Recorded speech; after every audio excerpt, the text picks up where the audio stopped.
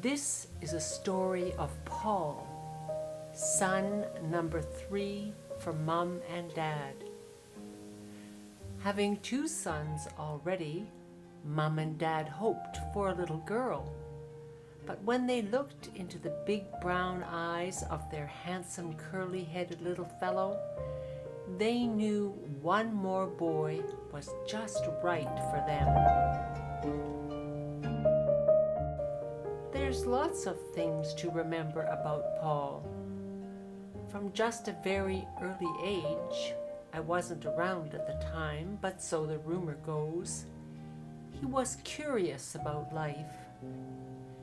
He wanted to know what the world was made of and what lay beyond this, his safe, protected world. Mum called son number 3 Mon petit bonhomme. Billy and Jerry called him Minx.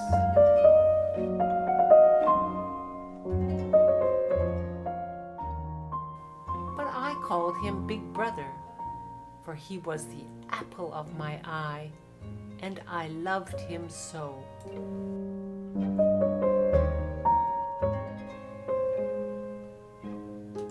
More than anything, Paul knew what he wanted from life, and he knew the way to get it was through hard work. And so, from a very youthful start, he began to develop an attitude of independent energy and focus. When I was 12 and Paul was 14, I remember waking early one morning. I got out of bed and went to the window to look outside. The dark road, gently lit by a solo light, was covered in a wash of new-fallen snow.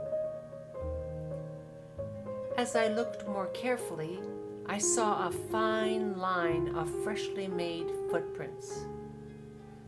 My eyes followed the steps until they fell upon the lonely figure of Paul, trudging away from my view. Bundled in his brown plaid wool jacket, cords, mitts, and boots, he was off to do his early morning paper route.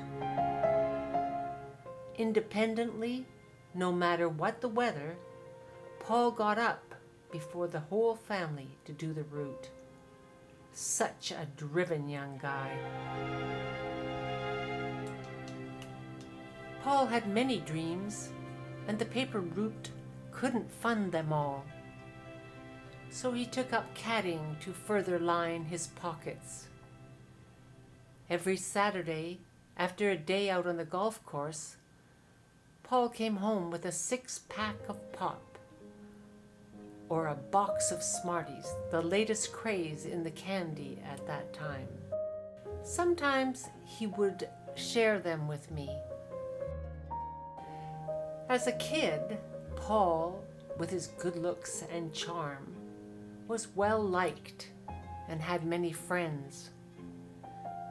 When the friends wanted him to come out and join them, they stood outside and called to him.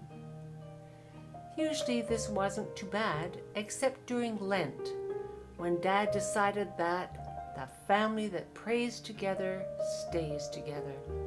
Every evening we would gather around the dining room table to say the rosary. Inevitably, halfway through it, Paul's friends would arrive and start calling for him. Dad wouldn't allow Paul to go out to them. Instead, he made us all continue our prayers and ignore the calls. It was a challenge to keep holy on those nights. Paul's joy of friendship remained constant. Whether a kid or an adult, single or married, Paul liked to belong. At 19, he joined the West Van Car Club. They proudly wore their blue and black jackets except on their adventures into the wilds, catching fish and other dreams. Paul and his friend Ken later joined the Suit and Tie Club and hit the streets of downtown Vancouver, beginning his lifelong career in the insurance business.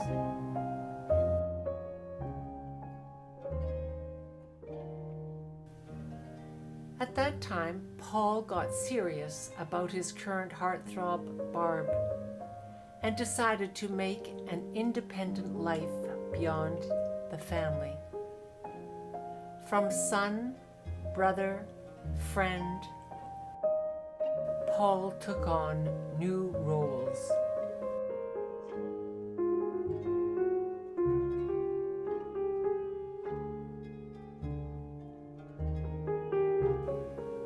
Throughout this new venture, though life wasn't always easy, Paul continued his spirit of hard work, positive energy, outgoing warmth and friendliness, a constant love and pride of family.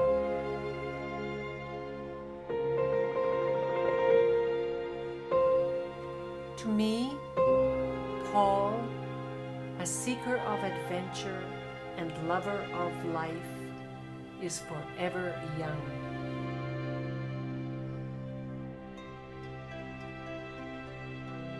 Happy 70th, dear big brother.